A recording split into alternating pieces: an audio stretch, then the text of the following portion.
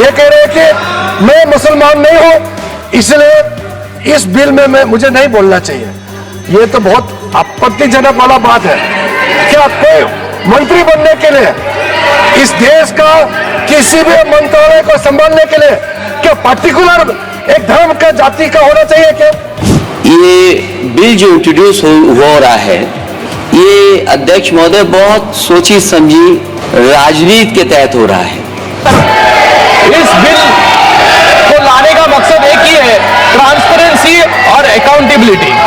मुझे लगता है कि जिस तरीके से इन्होंने पूरे देश में संविधान के नाम पर भ्रम फैलाने का काम किया, फिर से आज इस बिल के नाम पर जो है भ्रम फैलाने का काम ये ऑपोजिशन पार्टीज यहाँ पर कर रहे हैं। अपोजिशन जो कि 70 साल सत्ता में रही है, उन्होंने वक्फ प्रॉपर्टी का गलत इस्तेमाल करा है और पर्टिकुलरली जो मिनॉरिटीज है उनके वेलफेयर के लिए नहीं करा है। इंडिविजुअल लोगों ने उसको लूट खसूट करा है, एनक्रोचमेंट करा है। इस संशोधन में विपक्ष ने आज फिर से कोशिश की असत्य और भ्रामक बातें करके और मुस्लिम समाज को भड़काने की, लेकिन जब मंत्री ने उसको डिफाइन किया और संसद में भी बिल आने से जब भी बिल पारित होगा तो निश्चित रूप से जो इस प्रकार की शिकायतें हैं, इस प्रकार की अनियमितताएं हैं, उन पर रोक लगेगी। इतना कल्याणकारी है कि वक्फ के हित में है और माइनॉरिटीज के हित में है, जिनके लिए वक्फ बनाया गया है, तो फिर इतनी जल्दबाजी क्या है? देखिए, इस बिल के इंट्रोडक्शन से पहले हमने रूल 72 के तहत स्पीकर को हमने एक नोटिस भिजाया था कि हम इस बिल के इंट्रोडक्शन के खिलाफ हैं। ये कह रहे हैं कि वक्फ बाय यूजर को हम निकाल देंगे। कैसा निकालेंगे? जो काम यूपीए और कांग्रेस की सरकार नहीं कर सकी, तमाम अनुशंसाओं के बावजूद वो काम नरेंद्र मोदी जी की सरकार कर रही है। सर, ये हमारा पार्टी हमेशा अल्पसंख्यक वर्ग के साथ खड़ा रहता है और आज भी जो वक्फ अमेंडमेंट बिल है, जो 1995 के एक्ट को अमेंडमेंट जो उसके एक्ट के प्रोविजंस में अमेंडमेंट ला रहे हैं, हम लोग उसके पक्ष में है। उनके जो प्रोविजंस है, उनके जो संविधान में जो व्यवस्था है, उसके खिलाफ ये बिल है। देखिए, वक्फ बोर्ड अधिनियम में संशोधन एक पारदर्शी, जवाबदेही और समान प्रतिनिधित्व की व्यवस्था के साथ एक प्रभावी कानून बनाने की ओर बहुत ही बड़ा और महत्वपूर्ण कदम है। हमारी भी डिमांड थी कि इसको जेपीसी में रखा जाए। जिस तरह से हड़बड़ी में ये सरकार इस बिल को लेके आई है, बिना रिसर्च किए हुए, बिना अपनी तैयारी पूरा किए हुए, तो मुझे लगता है मंत्री महोदय भी कंफ्यूज थे और सरकार भी कंफ्यूज थी। जिस तरह से ऑपोजिशन जो प्रश्न उठा रहे थे उसका उनके पास जवाब नहीं था।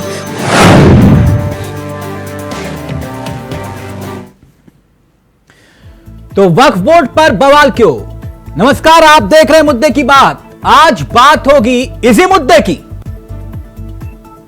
लगभग 3 घंटे की चर्चा और चर्चा के बाद वक्फ संशोधन बिल सरकार ने ज्वाइंट कमेटी के पास इसे भेजने का प्रस्ताव रख दिया।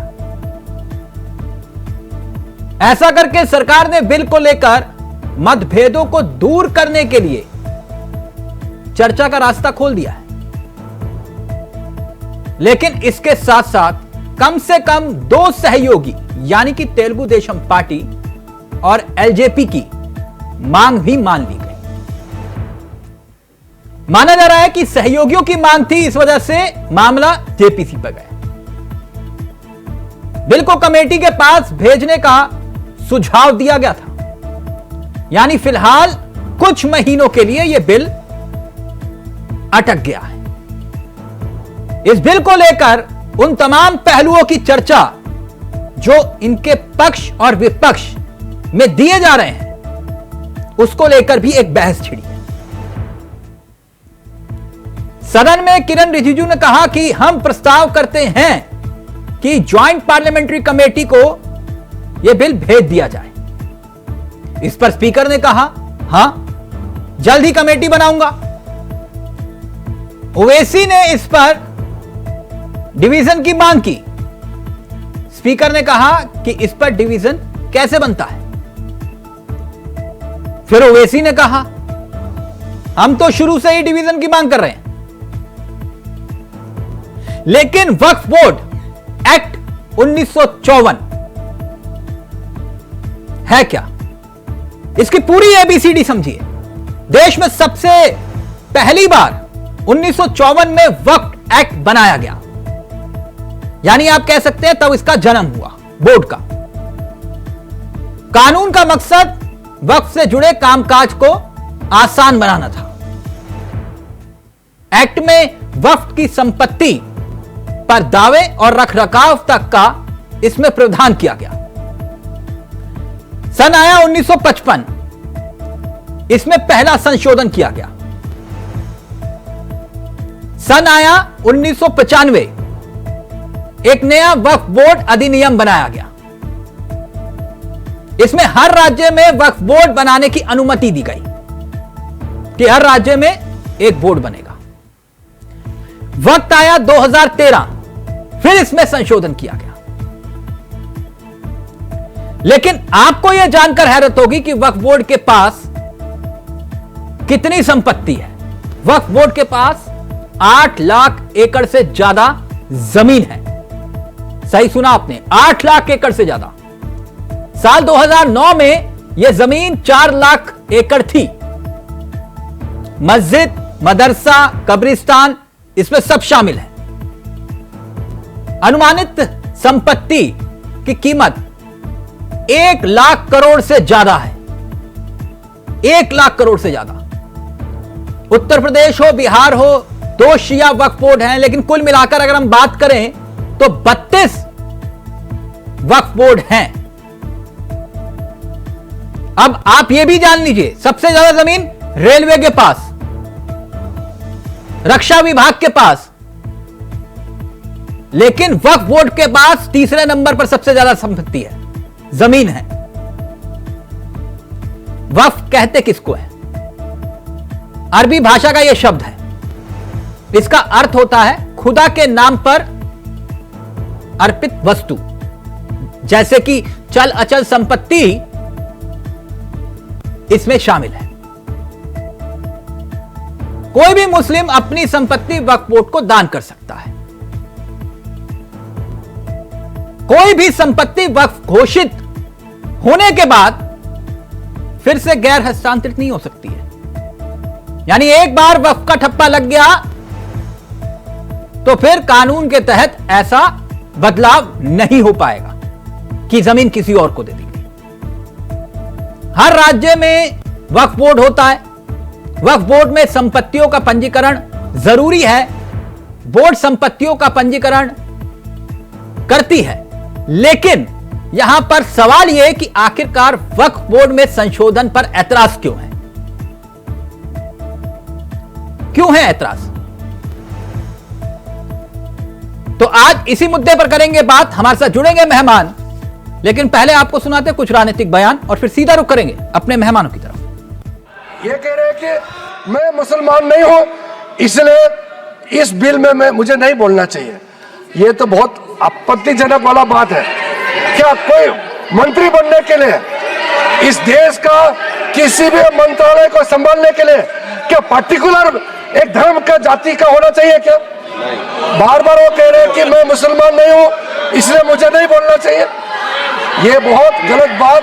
देखिए, इस बिल के इंट्रोडक्शन से पहले हमने रूल 72 के तहत स्पीकर को हमने एक नोटिस भिजाया था कि हम इस बिल के इंट्रोडक्शन के खिलाफ हैं। ये कह रहे हैं कि वक्फ बाय यूजर को हम निकाल देंगे। कैसा निकालेंगे? क्यों निकालेंगे? आप इसे निकालेंगे ताकि आप जितने मस्जिदों पर आरएसएस का दावा है वो छीनना चाह रहे हैं आप, जितने दरगाहों पर राइट विंग हिंदुत्व ऑर्गेनाइजेशन का दावा है, जैसा अपने मुंबई में हाजी मलंग की दरगाह है, छीनना चाह रहे। वक्फ बाय यूजर का आप निकाल कर बोल रहे हैं कि डॉक्यूमेंटेशन लेकर, भाई 400 साल का डॉक्यूमेंटेशन रेवेन्यू से नहीं निकलेगा तो क्या करेंगे आप? दे देंगे क्या? चेंज कर देंगे? ये एक सबसे बड़ा डेंजरस जो इसमें सेक्शन है। जो काम यूपीए और कांग्रेस की सरकार नहीं कर सकी, तमाम अनुशंसाओं के बावजूद वो काम नरेंद्र मोदी जी की सरकार कर रही है। मुस्लिम समाज के गरीबों की चिंता हो, बच्चों की चिंता हो, महिलाओं की चिंता हो, मुस्लिम समाज के पिछड़ों की चिंता हो, बोहरा मुसलमान बाकी, तो उसमें क्या दिक्कत है? आपके पास जमीन कितनी है, आपको अकाउंट देने में क्या दिक्कत है? जिस जमीन के आप मालिक हैं उसकी जवाबदारी तय करने में आपको क्या दिक्कत है? देखिए, बात यह है कि इस विषय के आप सुन सकें कि कम से कम 2 राय बहुत लोग बात किए, और ऐसे भी और लोग थे जो बोलना चाहते थे और उनको मौका नहीं मिला क्योंकि इतने लोग इस बिल के इंट्रोडक्शन के खिलाफ था, और ये असंवैधानिक है। ये है हमारा दूसरा बड़ा चिंता है। तो इसलिए मेरे ख्याल में कमेटी के अंदर चर्चा होने दीजिए, फिर हम तय करेंगे। हड़पो जमीन बनाओ का कारोबार पूरे देश में कर रही है, और इससे एक तरह से जो हमारे कॉन्स्टिट्यूशन में है, मूलाधिकार है, फंडामेंटल राइट्स है, संविधान की आर्टिकल 25 देखिए, 26 देखिए, तो उनके जो प्रोविजंस है, उनके जो संविधान में जो व्यवस्था है, उसके खिलाफ ये बिल है। देखिए, वक्फ बोर्ड अधिनियम में संशोधन एक पारदर्शी, जवाबदेही और समान प्रतिनिधित्व की व्यवस्था के साथ एक प्रभावी कानून बनाने की ओर बहुत ही बड़ा और महत्वपूर्ण कदम है। इस संशोधन के तहत मुसलमान समाज के सभी वर्गों की भागीदारी का इंतजाम किया गया है। 21वीं सदी की जो सबसे महत्वपूर्ण मांग है, the hour of the need, महिलाओं के इंक्लूजन की बात की गई है।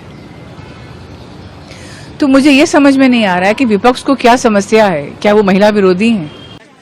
सारे हिंदुस्तान को बहुत ही बेसब्री से इंतजार था इस बिल का, so we introduced it today.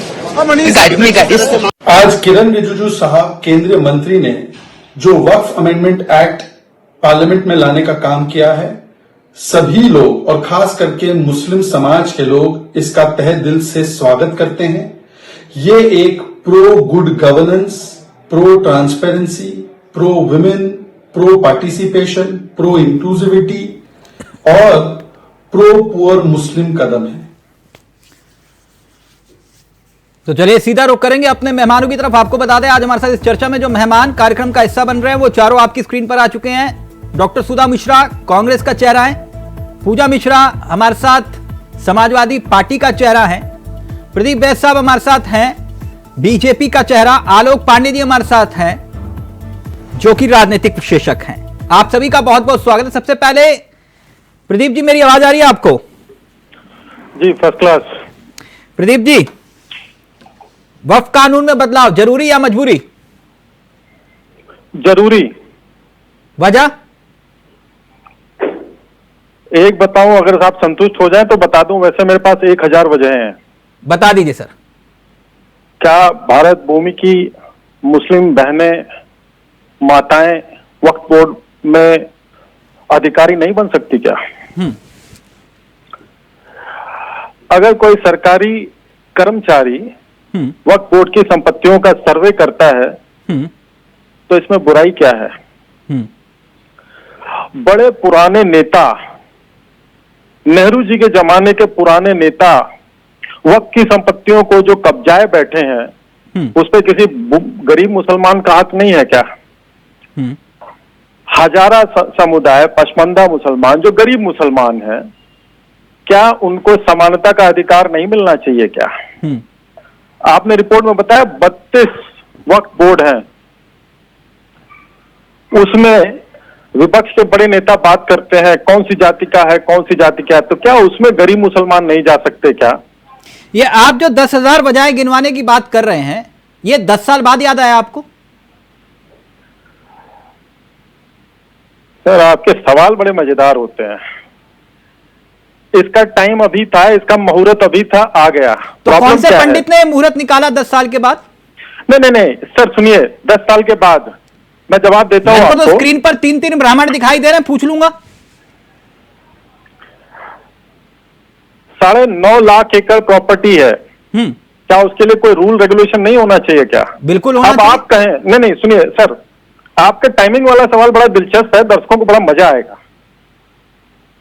अब निकला है, इसके 2 साल बाद निकलता है तो आप ये सवाल करते 12 साल बाद मुहूर्त निकालना जरूरी था क्या? आज निकल गया तो परेशानी क्या है?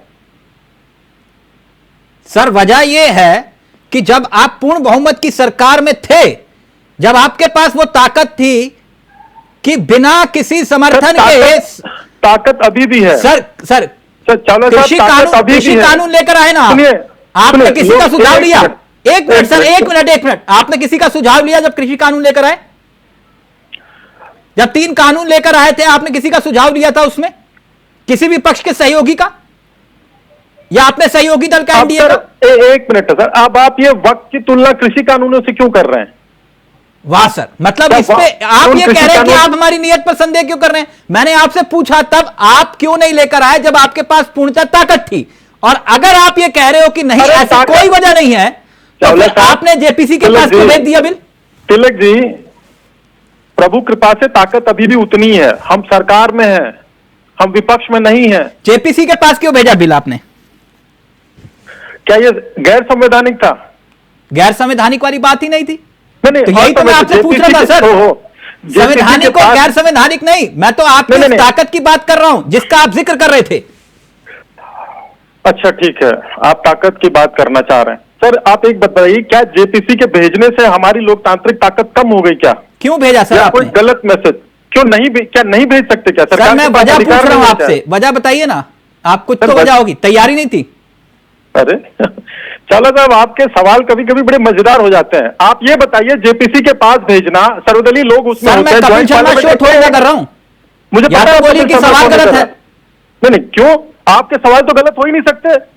हमने आज तक कहा कभी आपके सवाल गलत है? सर मैं वही पूछ रहा हूं कि जेपीसी के पास आपने क्यों भेजा? एक बात बताइए, चलो सर एक बात बताइए, क्या ज्वाइंट पार्लियामेंट्री कमेटी, बहुत से लोगों को इसमें संदेह था, क्या ज्वाइंट पार्लियामेंट्री कमेटी में केवल एक ही दल का नेता? बहुत से लोगों को संदेह था या फिर आपके सहयोगी दलों को संदेह था? नहीं, बहुत से लोगों को संदेह था सर। आपके सहयोगियों को संदेह नहीं था? नहीं, हमारे एक लॉजिक का बता दीजिए, क्या ज्वाइंट पार्लियामेंट्री कमेटी में केवल भाजपा या भाजपा के सहयोगी दल होते हैं? एलजेपी इसके लिए तैयार थी? क्या पूरे सदन के सांसद ज्वाइंट, क्या एलजेपी इसके लिए तैयार थी? सर बताइए ना, मैं तो आपसे पूछ रहा हूं। मैं भारतीय जनता पार्टी का कार्यकर्ता हूं, एलजेपी का थोड़ी हूं सर। अच्छा, जेडीयू तैयार थी इसके लिए? टीडीपी तैयार थी इसके लिए? सर इसके लिए तो आपको जेडीयू और टीडीपी के प्रवक्ता बुलाने चाहिए थे। यही तो मैं आपसे पूछ रहा हूं सर, अभी तो आप मुझे सहयोगी दलों की ताकत बता रहे थे। तो मैं ये भी कह रहा हूं ना कि क्या ज्वाइंट पार्लियामेंट्री कमेटी में ये लोग नहीं होंगे? होंगे कि नहीं होंगे? होंगे ना, विपक्षी दलों के भी सांसद होंगे उसमें असंवैधानिक या उसमें डरने या उसमें हमको कम आंकने की आवश्यकता क्या है? कुल मिलाकर सियासत हो रही है ना सर इस पर। सर सदन में आए हुए प्रत्येक बिल पे कोई एक बिल बता दीजिए जिसपे सियासत ना हुई हो। ठीक, डॉक्टर सुधा मिश्रा, वक्फ बोर्ड में सुधार या अधिकारों पर प्रहार, क्यों है आपको एतराज? जी नमस्कार तिलक जी, आप सभी को प्रणाम। और मैं अपने भाई प्रदीप से कुछ क्या वाले प्रश्न पूछना चाहती हूँ, और मैं चाहती हूँ कि मुझे सुन लेंगे क्या? नहीं, प्रश्न पूछने का अधिकार मुझ पे रखिए ना मैडम, आप मेरे प्रश्न का उत्तर दे दीजिए पहले। आपको एतराज क्यों? मैं उत्तर दूंगी। नहीं, मुझे एतराज इसलिए है क्योंकि ये किन लोगों के सुधार और उनके सम्मान की बात कर रहे हैं? वही जो मंगलसूत्र चुराने वाले थे, वही जो भैंसों को खोल के ले जाने वाले थे, वही लोग थे ना जो 80-20 में आते हैं, जिसकी राजनीति करते हैं, जिनके लिए डराते हैं ये लोगों को कि ऐसा करेंगे, चुनाव में इनका वोट देंगे तो ये हो जाएगा। और उनके सुधार और उनकी चीजों को बेहतर करने के लिए इनके मन में अचानक कहां से आकाशवाणी और पुष्प वर्षा हुई कि नहीं, जो आपकी भैंसें चुरा रहे थे, मतलब जनता की, जो मंगलसूत्र चुरा रहे थे, वो अचानक उनके लिए भले वाला काम भी करना, ये अचानक इनको कहां से आपको दिक्कत क्या है? आप इसमें हिंदू मुसलमान क्यों कर रहे हैं? क्या वक्फ बोर्ड की संपत्तियों पर सरकार को ध्यान नहीं रखना चाहिए? नहीं, बिल्कुल रखना चाहिए, ध्यान रखना चाहिए। किसी का कोई संरक्षण होना चाहिए कि नहीं होना चाहिए? नहीं, मुझे ऐतराज होगा अगर मेरे धर्म में अगर मैं अपने धर्म को मानती हूँ और मेरे धर्म में किसी दूसरे धर्म के लोगों को इन्वॉल्व करेंगे, मुझे ऐतराज होगा, होना भी चाहिए। यहाँ पे करने की जरूरत है क्या हमारे धर्म में, जो हमारा धर्म है, जो हमारे सारे हैं, उसमें क्या जानबूझ के डिस्प्यूट पैदा करने के लिए ऐसे पॉइंटों को ला के दे के सदन के बीच में रखने की जरूरत क्या है? मैं भी पूछना चाहती हूँ ना कि अगर आपको संशोधन करना, संशोधन हर जगह पे होता है और होना भी चाहिए। क्या वही संशोधन होने वाला है क्या? अयोध्या में जो सेना की जमीन थी, अडानी और बाबा रामदेव और यानी किनको मिल गई, जिन पे सरकार का और सेना का कब्जा होना चाहिए। सेना यानी आप ये कह रहे हैं वक्फ कानून में बदलाव किसी भी कीमत पर बर्दाश्त नहीं होगा? बर्दाश्त नहीं है जमीनों को जिस तरह से लेके सेना और रेल और न जाने कहां से लेके जो बेच रहे हैं, उससे प्रश्न बहुत बड़ा है। यानी वक्फ के नाम पर घोटाले के जो आरोप लगते हैं उसके समर्थन में आप? नहीं, बिल्कुल नहीं। मैंने तो कहा संशोधन करने के लिए आपकी मंशा क्या है, आप करना क्या चाहते हैं? आप सेना की जमीन जवाब दीजिए, वो मंशा पूछ रहे हैं, आपकी मंशा क्या है? हमारी मंशा ये है कि कांग्रेस के जो बड़े नेता जो वक्त की संपत्तियों को कब्जाए बैठे हैं, उनको वहां से हटा करके किसी जो योग्य है उनको वहां बैठाना हमारी ये मंशा है। Okay, thank you. देखा आपने तिलक जी, मंशा देखिए आपने इनकी मंशा है कि ये इस तरह से सेना की जमीनें, बाकी जमीनें नहीं, हमारी मंशा ये है कि जो कांग्रेस के बड़े नेता दूसरी बातियों को कब्जा किए हुए बैठे हैं, उनको कि महिलाओं में क्या परिधि में लाया जाए। आप उनके उन संशोधनों में जो अधिकार देने की बात कर रहे हैं, क्या बिल्किस बानो उसमें मेंशन होंगी कि नहीं होंगी? मतलब बिल्किस बानो आप लोगों के लिए मैटर करती है कि नहीं करती है? पहला। दूसरा प्रश्न है कि नहीं है? महिलाओं के सम्मान में आप लोग छाती पीट रहे हैं और एनसीआरबी के आंकड़ों में महिलाओं के ऊपर अत्याचार में केंद्र से लेकर उत्तर प्रदेश तक आवेदन ऊपर चले जा रहे हैं। तो शायद आप लोगों की बातों में और वहां पे अरे कम से कम जो बात करते हैं उसके समर्थन में आंकड़े भी दीजिए। और जहां तक मैंने कहा तिलक जी पहले ही बार आपसे कि संशोधन में आपको जान के डिस्प्यूट पैदा किया जाए या सच में वक्त बोल जाए, इसलिए आपको ये इस बात पर एतराज है कि उनकी संपत्तियों पर कोई नजर नहीं होनी चाहिए, चाहे कुछ भी हो, चाहे घोटाला हो? देखिए लोकतंत्र में सभी चीजों पे सरकार पारदर्शी नजर कैसे रखी जाए मैडम, ये भी बता दीजिए फॉर्मूला। मैं भी तो पूछ रही हूँ, मैं कैसे मान लूँ? सेना की जमीन को अडानी को दिया गया, बाबा राम तो इसलिए वक्फ बोर्ड की जमीनों पर नजर नहीं होनी चाहिए आपको मिलाकर? जल्दी से पूजा जी और आरोप जी के पास जल्दी से।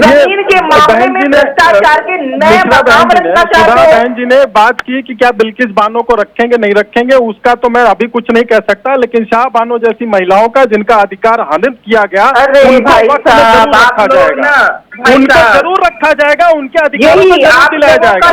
जो कांग्रेस का अन्याय मुस्लिम बहनों के साथ किया है उसको जरूर वापस दिलाया जाएगा, ये मैं बड़े दावे के साथ कह सकता हूँ। आपके सामने संस्कारी लोग शाह बानो जी क्या मुस्लिम महिला नहीं थी? शाह बानो जी मुस्लिम महिला नहीं थी क्या? बिल्किस बानो, रुक जाइए ना, एक मिनट। दिक्कत ये है ना, उनको बिल्किस बानो याद आती है और आपको शाह बानो। नहीं, मुझे दोनों याद। अगर आपको याद आते तो आप उदाहरण देते ना। आपने ये नहीं बताया कि कोर्ट का आदेश हमने पलट दिया था संसद के भीतर। तिलक मैं हमेशा हुआ था ना कि बिल्कुल, मैं हमेशा हर डिबेट में कहती हूँ कि जब जो गलत अगर हुआ है उसको मानने की हिम्मत करके आज बेहतर कर सकते हैं। आज मानिए ना कि हमने गलत किया था उस वक्त। अरे सरकार में जनता ने किसको बैठाया है भाई? 10 साल से मतलब आज ठीक है, अतीत को याद मत करो, ठीक है, ओके। क्यों करना है? मैं इस समय अपने चीजों को बेहतर करना चाहती हूं। ओके मैडम, इसलिए तो कहते हैं भविष्य कि विचारधारा वक्त के साथ बदल जाती है। बिल्कुल नहीं बदलती है। पूजा जी, आप लोगों को क्यों एतराज है? आपको ही एतराज होना चाहिए था, वैसे तो मैंने सवाल ही गलत कर लिया। एतराज तो सबसे ज्यादा आपको ही होना चाहिए था, तो सबसे ज्यादा एतराज आपको क्यों है? इतना कॉन्फिडेंस सबसे ज्यादा एतराज हमें ही होना चाहिए, तो सोचता कि शायद रीजन भी आपके पास होंगे, पर फिर भी हम आपको रीजन दे ही देते हैं कि जैसा उन्होंने बोला ना कि भाजपा के प्रवक्ता ने उनके पास 1000 रीजन है और ले दे करके बार बार उन्होंने जो है गरीब मुस्लिम जो है 4 बार बोला, इतनी बार भी बोला कि क्या उनको अधिकार नहीं है।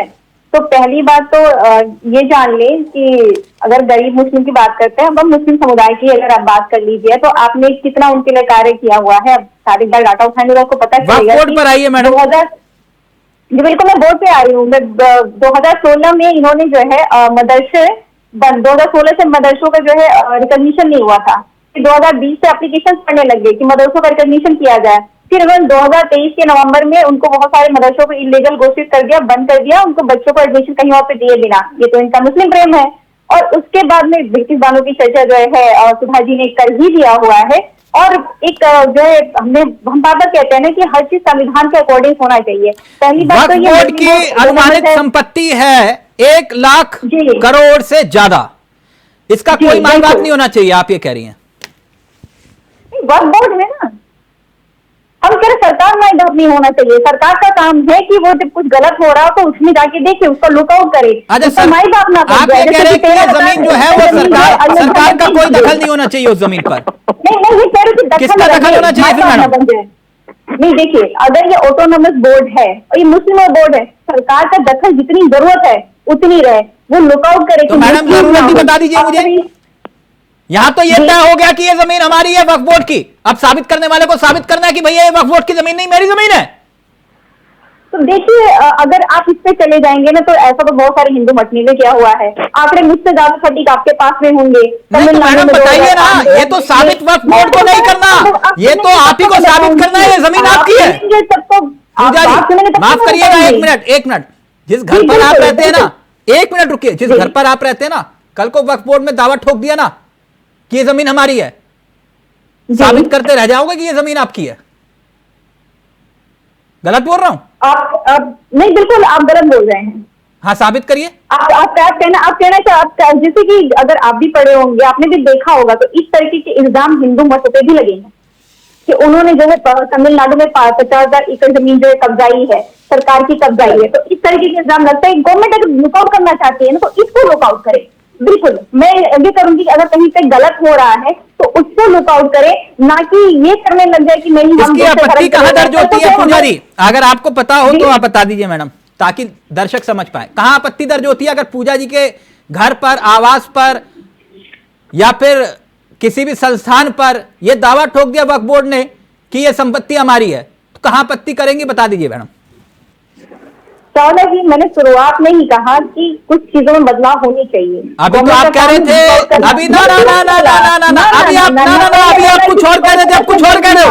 अभी आप कह रहे हो कि बदलाव, अभी आप कह रहे थे सरकार का दखल हो रहा है, जमीनों पर नजर है। तो मैं आपसे पूछ रहा हूँ कहां करेंगे आप कहां यह साबित करेंगे ये जमीन आपकी है?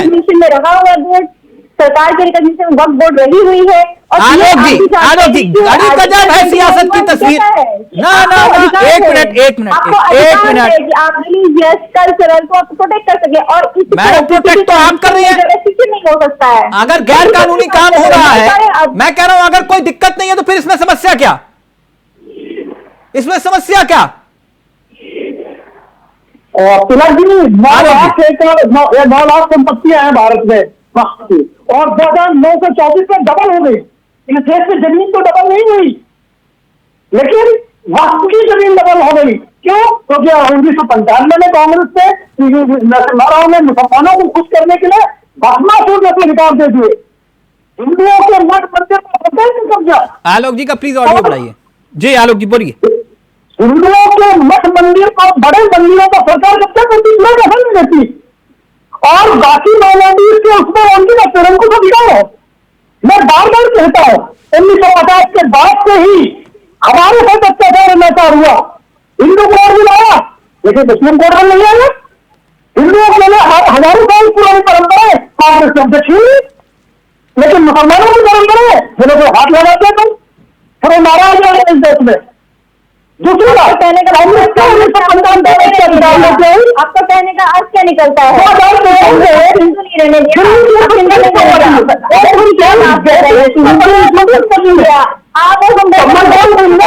दिया, आप और हम बड़े करके बता रहे हैं। करते हैं गाँव से बात करिए ना, गाँव से बात किया करिए। माना कि आपको नफरत है कांग्रेस से, तो आपको पर्सनल चीजें होंगी, पर इतना मत लेके चले जाइए ना, ग्राउंड पे बात करिए। अगर आपको लगता है कि हाँ चेंजेस होने चाहिए तो चेंजेस की बात करिए। वक्फ बोर्ड में क्या चेंजेस होने चाहिए उसकी बात कर लीजिए। क्या गवर्नमेंट सही करने जा रही है आप उसकी बात कर लीजिए। नहीं, हिंदुओं को बिल्कुल खत्म कर, इतनी आसान है क्या? अब बताइए, आपको खत्म करना हमें पाकिस्तान में कितने हिंदू रह गए, बांग्लादेश में कितने हिंदू रह गए, हमारी देश हो गया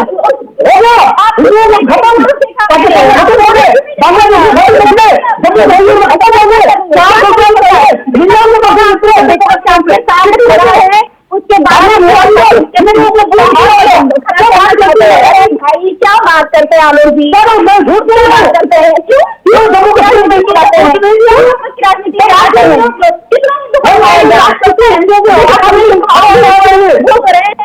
जितने लोग बैठे सब हिंदू ने बोल करे कितना क्या हुआ, क्या बता,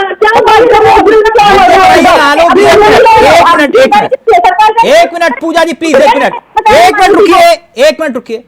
मुद्दे पर आइए ना आलोक जी। वो जो नाराजगी जता रहा है विपक्ष, नहीं, अगर विपक्ष की नाराजगी जायज नहीं है तो मामला जेपीसी में क्यों गया? देखिए, ज्वाइंट पार्लियामेंट कमेटी अगर बीजेपी की 272 प्लस होती जाता ही नहीं, लेकिन हाँ, ज्वाइंट पार्लियामेंट्री कमेटी में राहत पर चर्चा होती है, पक्ष विपक्ष के लोग होते हैं, तो उसमें ये कहने की गुंजाइश कम हो जाएगी कि हमको चर्चा करने का मौका नहीं मिला, हमारे रिप्रेजेंटेटिव उसमें नहीं थे। लेकिन रियल कारण ये नहीं है, रियल कारण ये है कि भारतीय जनता पार्टी के पास अपने 272 नहीं है, वरना और कई मुद्दे पर जेपीसी की मांग आती है, भारतीय जनता पार्टी ने नहीं माना। तो इसलिए पॉलिटिकल ग्राउंड रियलिटी ये है कि भारतीय जनता पार्टी के पास 272 अपने नहीं है, इसलिए उसे जेपीसी में जाना पड़ा। ठीक, पूजा जी आप जवाब दीजिए जो बात आलोक जी कह रहे हैं। देखिए, एक मिनट पूजा जी एक मिनट, सुधा जी पहले बोलेंगी फिर उसके बाद आ रहा हूं आपके पास। सुधा जी, देखिए, आलोक जी की बातों से एक बात तो स्पष्ट हो गई कि बिल इस वक्त लाने का मतलब है वो चाहते थे कि ऐसा कुछ बातचीत तो हो जाए, लोगों के बीच में इंफॉर्मेशन हो जाए। नहीं, आप जिस मंशा की बात कर रहे हैं, आलोक जी कह रहे हैं कि इसमें सबकी राय आ जाएगी, इस नजरिए से सोचिए ना, सरकार की मंशा ये है। संजीदगी में मैं जरूर सोचती, अगर हमारे प्रधानमंत्री जी ने न कहा होता कि वो लोग हैं जो आपके मंगलसूत्र को और भैंस को चुरा लेंगे, मैं संजीदगी को समझती। अगर हमारे देश के प्रधानमंत्री ने कहा होता कि भारतीय संविधान के अकॉर्डिंगली जो प्रिलिमिनरी लिखा हुआ है उसके अकॉर्डिंगली हर भारतीय इस भारत का अंग है और कोई किसी को चुराने वाला नहीं है, मतदान सबके लिए कर सकते हैं, आप करिए मतदान जिसको मन करे। तब मैं मानती कि मंशा ठीक है। मंशा ठीक कैसे हो सकती है जहां पे जानबूझ के सिर्फ इस देश में अगर बात की जाए तो 100% की बात कर लेंगे तो वो लोग हैं 18-19% और उसके बाद अन्य धर्म के लोग हैं, और लेकिन चोरी करने वाली बातें, भैंस चुराने वाली बातें, मंगलसूत्र चुराने वाली बातें, भारत हिंदुओं के खतरे में होने की बातें हम तो नहीं कर रहे। सुधा जी, ये क्या था जी? चौकीदार जो है ये क्या था? संवैधानिक बात थी। नहीं, राहुल गांधी कहते थे बात थी। राहुल गांधी को लेके कुछ भी आप लोग रख दें, आप लोग देश को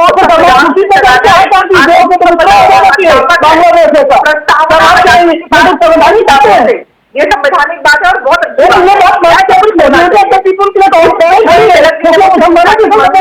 मैं मंशा पे प्रश्न इसलिए खड़े कर रही हूँ,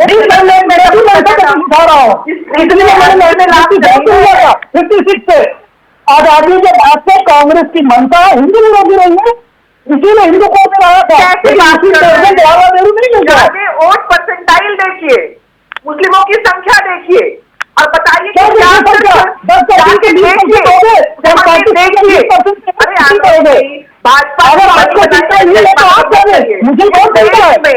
अगर आप ये बात बार बार कहते हैं कि हिंदू मुस्लिम वोट, तो आप लोगों को शर्म आनी चाहिए। आप जाके बिल्कुल आना चाहिए, क्योंकि कोई भी पार्टी अपने आप को इस तरह बात के अपने सुधा जी रहेंगी, अब एक मिनट सुधा जी रहेंगी, फिर मैं प्रदीप जी और पूजा जी आपके पास आ रहा हूँ। सुधा जी, मेरी बात का उत्तर दे, मैं आप ही के पास आ रहा हूँ। एक मिनट रुकिए ना मैडम, एक मिनट। आप देखिए बहुत अच्छी प्रोफेसर भी हैं, बच्चों को पढ़ाती भी हैं, तो जरा 5 वजह बताइए जिस पर आपको एतराज हो, सिर्फ 5 वजह। देखिए, मेरा जो ऐतराज का मसला है कि धर्म की बात हो, किसी भी धर्म की बात हो, उनके लोगों में जो संशोधन करके सरकार के निरीक्षण में पारदर्शी तरीके से होना चाहिए, उसमें किसी और को इन्वॉल्व करने की जरूरत नहीं थी। क्या ये पारदर्शी है कि आपकी जमीन पर वक्त दावा कर दे कि ये जमीन मेरी है और आप ये साबित ही ना कर पाए? नहीं, देखिए, मैं वहां पर क्यों नहीं, मैंने कहा ना संशोधन जहां पे होना चाहिए वहां पे करिए। वही तो मैडम मैं वही तो बात कह रहा हूँ, आप ये कह रहे हैं कि सब कुछ गलत है, तो बताइए ना कि सही है भी है। पहला पॉइंट सुना आपने, उस धर्म की बातों में उनके लोगों, सरकार के लोगों, और डीएम क्या कर सकते हैं आप जानते हैं ना, किसी भी जिले के डीएम को जब वो कहते हैं कि वो मत लो, अरे क्या कहते हैं, अभी बताती भी, अभी घटना है कुछ दिन पहले की, उन्होंने शाम को संबोधित किया कि भ्रष्टाचार नहीं करना चाहिए, और अगले दिन 50,000 रुपए पकड़े गए लेते हुए, रिश्वत लेते हुए। तो सभी चोर हैं इस देश में? सभी चोर हैं? नहीं, सभी को आप एक बराबर कैसे मान सकते हैं? नहीं, देखिए मैंने क्या कहा, आप क्या तय कर देंगे कि ये चोर नहीं है, चोर है, जिसको पकड़ा नहीं जाए? तो मैडम देश में कानून है ना? नहीं कर सकते। देश में कानून है ना? कानून के व्यस्त में कितने लोग आ पाते हैं और कितने नहीं आ पाते हैं। तिलक जी, आप भी जानते हैं, मैं भी जानती हूँ, मैं भी जानती हूँ। बात इस चीज की है, जब वो पकड़ा गया, चोर साबित कब हुआ? जब वो पकड़ा गया। हिंदू बोर्ड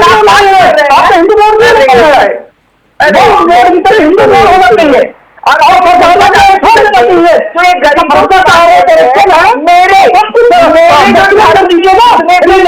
संस्थाएं हैं, कौन भी होना चाहिए? अगर मुसलमानों को दिया है, अरे आलोक जी,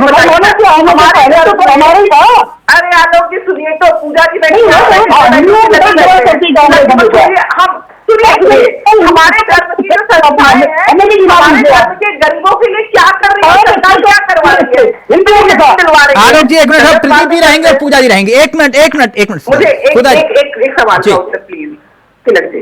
मैं आलोक जी से पूछना चाहूंगी कि हमारे धर्म की जितनी भी संस्थाएं, जितनी जमीनें हैं जो सरकार के अंडर में है, गरीबों की दुहाई दी जा रही है। हमारे यहाँ बहुत से गरीब हैं, कितना हमारी जमीन दी जा रही है उनको। एक सवाल का उत्तर दे। आलोक जी है, पूजा जी मैं भी हूँ। मैंने आपसे 5 तीसरा आ गया। आपने वजह नहीं बताई, यही दिक्कत है टीचर के साथ। नहीं, वो सवाल करने के आदि होते, जवाब देने के नहीं। एक मिनट प्रदीप जी, बिल्कुल मैं आपके प्रश्नों का उत्तर ही दे रही हूँ। हाँ प्रदीप जी, एक बात बताइए, जो बात कुल मिला के सुधा जी और पूजा जी कह रहे हैं, मुसलमानों को निशाना बनाने की कोशिश हो रही है, जवाब दीजिए इस बात का। फिर पूजा जी आ रहा हूं आपके पास। चावला साहब, मैं इसका विरोध करता हूं। निशाना अगर बनाना होता तो और भी बहुत रास्ते हैं। अगर इनकी परिपाटी पे बात की जाए तो यहाँ सुधार करके आप ये बताइए कि वक्फ बोर्ड के दावे के खिलाफ क्या किसी भारतीय नागरिक को कोर्ट में जाने का अधिकार होना चाहिए या नहीं होना चाहिए? ये संविधान 3 स्तंभों पे चल रहा है। क्या न्यायपालिका इस देश में एकदम से जीरो हो गई वक्फ बोर्ड के आगे, या संविधान से कोई ऊपर हो गया? पूजा जी, तिलक जी, संविधान से ऊपर शायद भाजपा हो रखी हुई है, इसीलिए जो है इस तरीके की हरकतें करते। संविधान से ऊपर ही कितने गए हैं, आपने चंडीगढ़ में देखा ही हुआ है। सुप्रीम कोर्ट ने यहाँ पे नाम लिखने पे पाबंदी लगाई ही। मैडम मुद्दे से क्यों भटक रहे हैं? मैं वक्फ बोर्ड की बात कर रहा हूँ, आप पहुंच गए चंडीगढ़। मुद्दे पे आ रही हूँ मैं, मुद्दे पे ही आ रही हूँ। मैंने बस संविधान की बात कर, संविधान बड़ा या वक्फ बोर्ड बड़ा? ये संविधान की बात कर लेते हैं। नहीं देखिए, संविधान सबसे बड़ा है, पर भाजपा लोग को वहम है इस बात का कि ये संविधान से भी बड़े हैं। मैंने आपको पहले बताया कि आर्टिकल 29 जो आपको माइनॉरिटी को राइट देता है, 29 आर्टिकल का नंबर 1 कहता है कि आपको अपने कल्चरल हेरिटेज स्क्रिप्ट को बचाने की, रखने की आपको आजादी है, और इसको किसी भी कंडीशन में इसको रिस्ट्रिक्ट नहीं किया जा सकता। ये एक लोग मुझे लगता है कि अभी हमारे जो राइट्स देते हैं, बाकी सब में कोई ना कोई कंडीशन आकर के उसमें रेस्ट्रिक्शन आ सकता है, पर इसमें नहीं आ सकता। ये माइनॉरिटीज का राइट है। और जो है एक और बात है, शायद इन्होंने वक्फ बोर्ड में जो कमियां हो उस पर आप डिस्कशन करिए ना, आप उनके समाज से डिस्कशन करिए ना।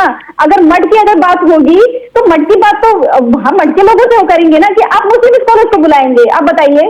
अगर जो है हमारे धर्म की बात होगी तो हमारे लोगों को बुलाएंगे, आप बुलाने लग जाएंगे।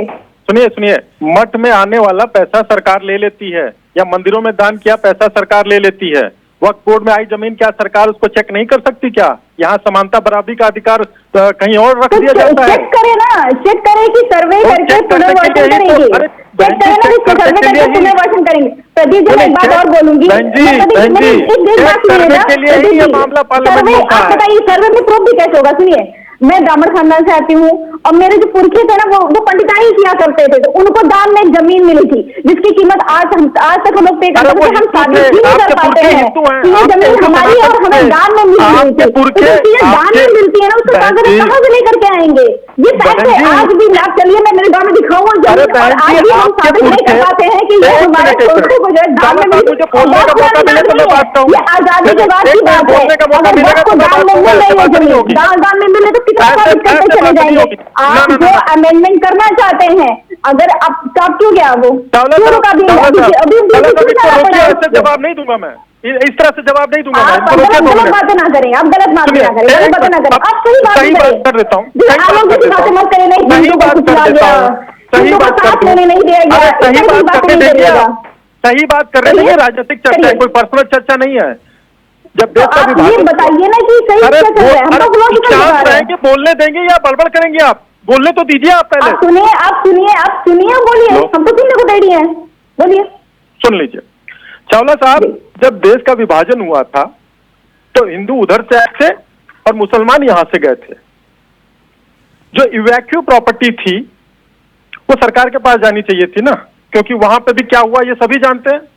यहाँ की प्रॉपर्टी जो कांग्रेस के बहुत बड़े नेता सलमान खुर्शीद जैसे नेता जो वक्त की प्रॉपर्टी है, इस तरह की प्रॉपर्टी हथियाए बैठे हैं, क्या उसकी जांच नहीं होनी चाहिए? बस इतनी सी तो बात है। अगर नहीं समझ में आ रही है तो बात दिगर है, फिर आप जो मर्जी आए वो करिए, लेकिन इवैक्यू प्रॉपर्टी या दुश्मन की प्रॉपर्टी हमारी बड़ी साफ है, हमारी मंशा बहुत साफ है, हमारी मंशा साफ है। भारतीय जनता पार्टी की मंशा बहुत साफ है, कितनी साफ है कि अंधे को दिख जाए लेकिन विपक्ष को नहीं दिखेगी। भारतीय जनता पार्टी की मंशा इतनी साफ है कि किसी अंधे को दिख जाएगी लेकिन विपक्ष को नहीं दिखेगी। एक मिनट सुधा जी रहेंगी, सुधा जी और आलोक जी रहेंगे। एक मिनट रुकिए आप, एक मिनट पूजा जी, एक मिनट सुधा जी, मैं आपकी बात मान लेता हूं, ये मसला पूरा हिंदू मुसलमान करने की कोशिश कर रहे हैं, ठीक, जैसे कि आप लोग कह रहे हो, उनकी मंशा पे आप लोगों को शक है। अगर ये वही कोशिश कर रहे हैं तो आप फिर जहां पक्ष में खड़े हुए दिखाई दे रहे हैं तो इसका मतलब वो कामयाब हो रहे हैं अपनी मंशा में कि नहीं? नहीं देखिए तिलक जी, ये इनकी तो राजनीति से भी इनकी नींव ही वही है, इसके अलावा ये कुछ करेंगे ही नहीं। अच्छा, मुझे एक बात याद आ गई, बीच में काट रहा हूं, एक सेकंड, फिर पूरी बात बोल दिया। आप यूपी में कहां रहने वाली हैं? कहां के? मैं यूपी में रहती हूँ, अंबेडकर नगर। अंबेडकर। अयोध्या कितनी दूर है? अयोध्या वहां से मुश्किल वहां से 88-89 किलोमीटर है।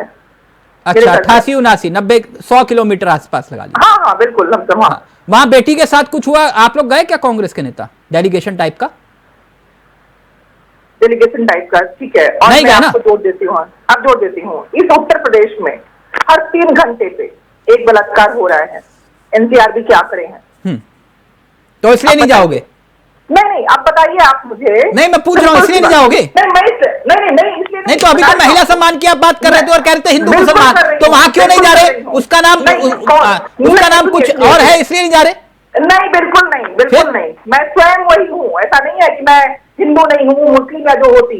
नहीं तो फिर क्यों नहीं जा रहे? कहने की कोशिश मत कि बेटी दलित की है जिस देश में, नहीं, और आरोपी मुसलमान है। सुनिए इस बात को, और अभी उसमें जो चीजें निकल के आएंगी तिलक जी, हम आप यहीं बैठे हैं, डिस्कशन भी करेंगे। अच्छा, जज भी हो गए आप? नहीं, जज नहीं, बात करेंगे हम लोग। क्या जांच एजेंसी बन गई आप? नहीं, मैं कैसे बन जाऊंगी? मैं इस देश में हो रही व्यवस्थाओं को देख रही हूँ। सुधा जी, कम से कम आपसे ऐसी उम्मीद नहीं कर सकते हम। बिल्कुल नहीं, मेरी बात को पूरी एक महिला होकर आप इस तरह से कह रहे हैं कि जब सामने निकल के आएगा कुछ और आएगा। नहीं, वो नहीं, मैं उस बच्ची की बात नहीं कर रही हूँ। इस पे जिस तरह से महिलाओं के ऊपर लगातार हर 3 घंटे बलात्कार हो रहा है, शर्मिंदगी की बात है। 3 साल की बच्ची, 2.5 साल की बच्ची, 4 साल की बच्ची, 12 साल की बच्ची। कौन कर रहा है हिंदू मुसलमान में, वही तो जानना चाह रहा हूँ। सुनिए तो, कौन कर रहा है? यहाँ पे इस देश की सरकार किसके हाथ में है? व्यवस्था किसके हाथ में है? बुलडोजर लेके चमकने वाले लोग कौन है? उसके बाद भी एनसीआरबी के आंकड़े में महिलाओं के प्रति जितने भी अपराध है वो कैसे बढ़ रहे हैं? तो अभी तो महिलाओं को हक देने की बात कर रहे हैं। ऐसे हक मिलेंगे बच्चियों को, हमको बाहर निकलने न दिया जाए, हम बाहर निकले, हम पे ऐसे कुछ भी कर दिया जाए और हमें हक मिलेगा कि जानबूझ के सिर्फ और सिर्फ हम महिलाओं को डरा के घर के अंदर बंद करने की साजिश है। मेरी बेटियां घर में है, डर लगता है कि बेटियों को स्कूल भेजो कि नहीं भेजो। पहले आलोक जी, फिर आरोप प्रदीप जी आपके पास। आलोक जी, कौन दरिंदा कहाँ बैठा होगा, क्या करेगा? आलोक जी, ये हिंदू मुसलमान कौन कर रहा है? यहाँ तो बात संपत्तियों की है ना, जिस पर कोई लगाम नहीं है, जिसका कोई ब्यौरा नहीं है। तिलक जी, इस देश में मुसलमान ही किया गया 70 साल में। हिंदुओं को जाति में तोड़ो, मुसलमानों को धर्म में जोड़ो और सत्ता में रहो, ये कोई बिल्कुल छुट्टी बात नहीं है, बिल्कुल। और अगर ये बात है कि हर 3 घंटे में 2 घंटे 3 घंटे पुरस्कार होता है तो राहुल गांधी फिर कहीं लगे प्रियंका गांधी मिलने के लिए, फिर सिलेक्टिविज्म क्यों आता है? कहीं मन होता तो राहुल गांधी क्या करेंगे? राहुल गांधी सोनिया गांधी कोई तो मिला है, फिर मिलने को जाते हैं। जिनकी सरकार है वो मिलने जाते हैं, शर्म नहीं आती बोलते हुए। हम तो नहीं जनाएंगे, इनको कुछ भी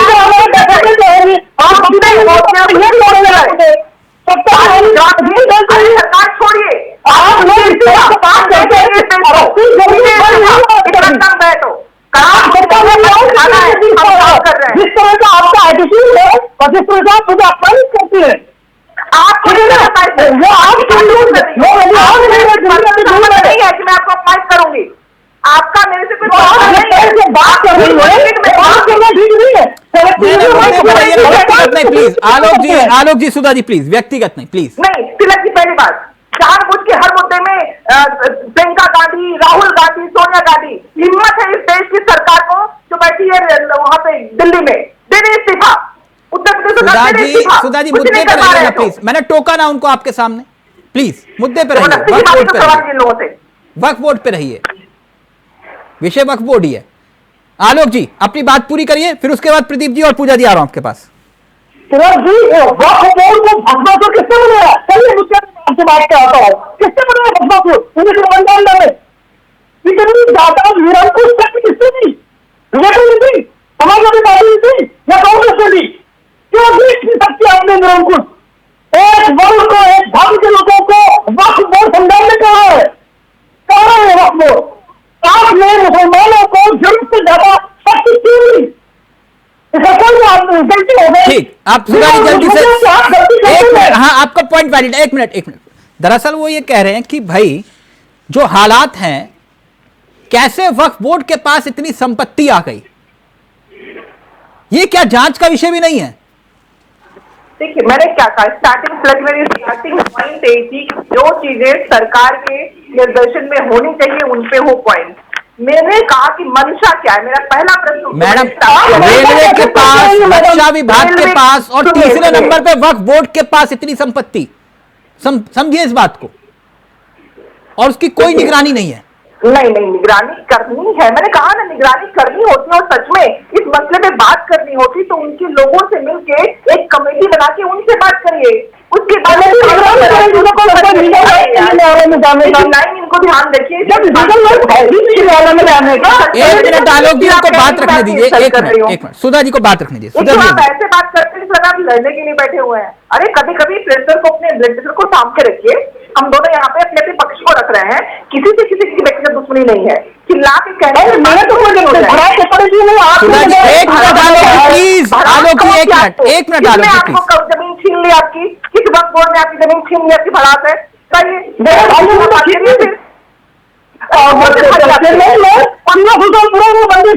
मंदिर नहीं हो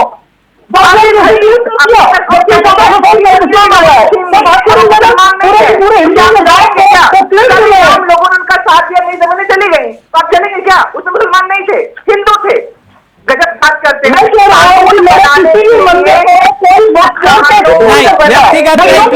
प्लीज सुधा जी अपनी बात पूरी। कानून बनाने के लिए जो चीजें देश के लिए बेहतर कर सकती हैं, मैं हमेशा कहती हूँ पिछले में हो सकता है कुछ चीजें उस समय के अनुकूल रही हो, आज उसमें बदलाव की गुंजाइश हो सकती है, हर धर्म में हर चीजों में होती है, वो करनी चाहिए। लेकिन यहाँ मंशा की जब मैं बात कर रही हूँ, जब बिल्किस बानो का बात आए, साहबानो किसकी बात आए, तो वहां पे आपकी मंशा कुछ और दिखती है। आप हिंदू मुस्लिम, हमारे प्रधानमंत्री कहते हैं भैंस चुराएंगे, बकरी चुराएंगे, ये चुराएंगे, वो चुराएंगे, तो मैं कैसे मान लूं आज बैठ के यहाँ पे कि उनकी मंशा इस देश को मार्ग में गिरने की नहीं है? यही तो प्रश्न है, मैं मंशा के प्रश्न उठा रही हूँ और ये लोग बैठ रहे हैं।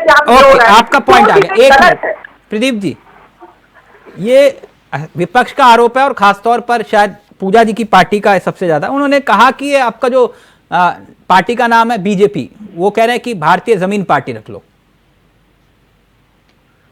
सर देखिए, अब स्वतंत्र हैं वो अपने विचार व्यक्त करने के लिए। उन्होंने हमें ये एक विचार दिया है कि भारतीय जमीन पार्टी कर लो, ठीक है। हमारा पार्टी अलग आरोप ये कि वक्फ बोर्ड की जमीन हड़पने का आपकी मंशा है, आपकी नियत ये है वक्फ बोर्ड की जमीन को हड़पना और अपने औद्योगिक मित्रों को बांटना वो जमीन, जो आरोप लगा। नहीं ठीक है, अगर इनके आरोपों की इस संगति को देखा जाए तो जो इनके पुराने और बड़े नेता जो वक्फ बोर्ड की संपत्तियों को हड़प करके बैठे हैं, सबसे पहले उनको निकाला जाना चाहिए ना। वो निकलेंगे तो भाई दूसरा कोई आएगा, और दूसरे आने के बीच में इस देश में संविधान है, कानून है, न्यायालय है। तो पहले जो सरकार कर रही है काम कि जो हड़पे बैठे हैं और सभी का प्रतिनिधित्व वहां नहीं है, क्या मुसलमानों में हाजरा कम्युनिटी वाले, अहमदिया वाले, आगा खान जो हैं, इनमें कई फिरके हैं, उनका कोई नाम लेवा नहीं है। पूजा जी आप क्या करेंगे बताइए, आप कैसे विरोध जताएंगे? आप मुझे लगता है कि भाजपा जो है ये दिखावा करना चाह रही है बार बार कि मुस्लिमों का उत्थान जो है वक्फ बोर्ड नहीं कर रहा है। मैं फिर कहूंगी कि जिनमें जरूरत हो रही मतलब कि सुपरविजन करने के उसमें ही सुपरविजन किया जाए। मिनिस्ट्री ऑफ माइनॉरिटी अफेयर्स 2018 की रिपोर्ट जिसका टाइटल रहा है role in socio economic development by the role in socio economic development, ये जो है वक्फ बोर्ड का रिपोर्ट बताती है। ये माइनॉरिटी मिनिस्ट्री ने जो रिपोर्ट सबमिट की थी और जो है भाजपा की सरकार थी, कांग्रेस की सरकार तो थी नहीं, और वो कहती है कि जो लैंड आपने बताया आंकड़े उस टाइम में उस टाइम ठीक है, उस टाइम 5 लाख जो है एकड़ जमीन रही है उनके पास में, 10,000 मस्जिदें रही हैं और जो है 1 मिलियन स्टूडेंट्स को जो है स्टूडेंट्स को वो पढ़ाते हैं या शिक्षा प्रोवाइड करते हैं। उसके अलावा 5 मिलियन पीपल को वो बेनिफिट पहुंचाती है।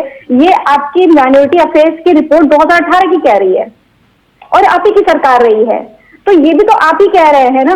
तो जहां पे जो है लुकआउट करने की जरूरत है तिलक जी ना, वहां पे लुकआउट करें। अगर आपको लगता है, ये नहीं मैं कह रहा हूँ कि सिर्फ वक्फ बोर्ड में ही, अगर हिंदू मठ में भी कुछ इस तरीके की चीजें हो रही हैं, तमिलनाडु में आया था मामला, तो इसका मतलब कोई निगरानी नहीं होनी चाहिए, कोई जांच नहीं होनी चाहिए। मैं कह रही हूँ नहीं, निगरानी हो पर उसमें बिल्कुल इंटरफेरेंस ना हो जाए ना। तो हिंदू का जो हमारा ट्रस्ट होगा, हिंदू का कोई रिलीजियस मैटर है, वो हमारा राइट टू रिलीजन है, उसमें ऐसा ना हो जाए कि हमारा राइट टू रिलीजन वायलेट हो सके। उसको वायलेट किए बिना जो सरकार के जितनी चीजें वहां पे पहले भी होती रही है, सरकार का बिल्कुल नहीं कि जीरो इंटरफेरेंस रहा है, ऐसा तो रहा नहीं है तिलक जी। आप भी देखेंगे जो भी अमेंडमेंट आए हैं 2019 में भी कुछ चेंजेस हुए थे, उसमें भी ऐसा हुआ कि सरकार ने अपना पावर बढ़ाया और जो है वक्फ बोर्ड के पावर को घटाया है। जहां पे आपको इंटरफेयर करने जैसा लगता है वहां पे करिए, पर इसका मतलब नहीं कि आप हिंदू धर्म में जो मुस्लिम को घुसा देंगे या क्रिश्चियन को घुसाएंगे, तो उसी तरह से उनको शांत कर लीजिए, तभी मैं बोलूंगा। मैं बीच में किसी का नहीं बोलता, नहीं चाहता हूं कि कोई मेरे बीच में बोले। तिलक जी देखिए, अभी आपके कार्यक्रम की जो बाइट चल रही थी 1995 में आखिरी संशोधन हुआ था। उस समय इंटरनेट दुनिया में आया था, भारत में तो दूर की बात है। 2013 तक सरकारें रही, डिजिटल पेनिट्रेशन कितना था, कितनी सूचनाएं जन तक पहुंचती थी, वो दिगर बात है। आज सूचनाएं कितनी जल्दी पहुंचती हैं। तो ये जो घातक बनाया गया, इस देश के संविधान के लिए जो घातक बनाया गया, संविधान के सदन में बैठ करके उसके जो घातक औजार दिए गए, क्या उन घातक औजारों का पुनर्निरीक्षण नहीं होना चाहिए? नहीं, बात बिल्कुल सही है आपकी कि जांच होनी चाहिए, लेकिन चलते चलते एक सवाल बड़ा दिलचस्प आया लाइव कमेंट में। वो कह रहे हैं 2 शब्द विनेश फोगाट पे भी बोल दीजिए। आखिरकार उस बेटी की हिम्मत हार गई और उसने संन्यास ले लिया। बोल देता हूं। दिल टूटा आपका भी? हमारा, मैं तो खिलाड़ी हूं सर, अगर मेडल से कोई चूकता है तो मेरा दिल एक नहीं 1 लाख टुकड़े होता है। अच्छा, बेटी ने संन्यास ले लिया? वो उसकी व्यक्तिगत मर्जी थी, उनकी फिटनेस, उनकी व्यक्तिगत मर्जी नहीं थी सर। मालूम है क्या लिखा उन्होंने? सर चावला साहब अगर बोलने दे तो 5 सेकंड बोलना चाहूंगा। जी बोलिए। जिंदगी के 10 साल मैंने हॉकी ग्राउंड पे बिताए, जिसमें से 4 साल मैं स्पोर्ट्स हॉस्टल में रहा हूं। और एक ऐसा समय आया कि मुझे अपने 10 साल के इन्वेस्टमेंट को छोड़ करके वापस में पढ़ाई में आया, नहीं तो आज मैं भी खिलाड़ी होता और कहीं नौकरी कर रहा होता। मैं बताता हूं खिलाड़ियों की सच्चाई, मेरे से ज्यादा कोई नहीं समझ सकता है। समझ रहे ना किसका शासनकाल था, यह भी मैं बता देता हूं किसके शासनकाल में मैं स्पोर्ट्स हॉस्टल में रहा हूं। हमारी सरकारें नहीं थी। और खिलाड़ियों के साथ क्या होता है और खिलाड़ियों को किस प्रकार से मोहरा बनाया जाता है, किसी और दिन चर्चा रखिएगा। मैं हर काम छोड़ के आपके कार्यक्रम पे आऊंगा। मैं विनेश फोगाट को मोहरा बनाया गया एकदम 5 सेकंड में इसका जवाब नहीं दिया जा सकता। विनेश फोगाट को क्या सरकार ने क्या नहीं किया उनके लिए, क्या नहीं किया आपने कहा? आपकी वजह से विनेश फोगाट वहां पहुंची? मेरी नहीं, सरकार जितने आप खिलाड़ी के सम्मान की बात तो करिए सर। मैंने कौन सा अपना, आप तो ऐसी बात कर रहे हैं कि आपकी वजह से आपकी बदौलत वहां पहुंची। सरकार ने जो दूसरे खिलाड़ियों के लिए किया वही उनके लिए भी किया। प्रदीप साहब एक मिनट सर, उनके लिए सरकार ने सदन में खड़े होकर आप ये बता रहे हो कि हमने उसके ऊपर कितना खर्च किया खिलाड़ी के ऊपर। क्या बाकी खिलाड़ियों के लिए सरकार क्या कर सकती है? गोदी में बिठा ले। तो जो दूसरे जो योजनाएं चलती हैं वो दूसरे के लिए की गई। थोड़ा संयम के साथ, थोड़ा संयम के साथ। आप ये बता रहे हो कि हमने कितना पैसा खर्च किया? आप ये कह रहे हो कि हमने कितना पैसा खर्च किया खिलाड़ी के ऊपर, और आप खिलाड़ी हो के खिलाड़ी के सम्मान की बात कर रहे हैं? आप सुनिए, आप मेरा खून मत गर्म करवाइए। सरकार ने सारे खिलाड़ियों के बराबर काम किया है। प्रदीप जी, हो सकता है कि कोई और खिलाड़ी भी इस पैनल में बैठा हो। नहीं, मैं ये कह रहा हूं कि सरकार, मैं आपसे सिर्फ यही कह रहा हूं कि खिलाड़ी के सम्मान की बात पैसों से नहीं तोली जा सकती। मैंने कौन सा अपमान कर दिया सर? मैंने कौन सा अपमान कर दिया? गाली दी उनको, उनका व्यक्तिगत लीडर। आप मुझे एक बात बताइए, आप मुझे सिर्फ इतना बता दीजिए सर, उन्होंने जब ये घोषणा की कि मैं संन्यास ले रही हूं, आंखें देखी थी, मैं एक तस्वीर देख रहा था, आप लोगों ने तस्वीर देखी होगी, वो बड़ी मार्मिक खिलाड़ी सर, एक कोई भी खिलाड़ी जब ग्राउंड छोड़ता है तो उसके लिए मार्मिक होता है, चाहे वो जीता हुआ खिलाड़ी मार्मिक नहीं होता, पूरी जिंदगी तबाह हो जाती है सर।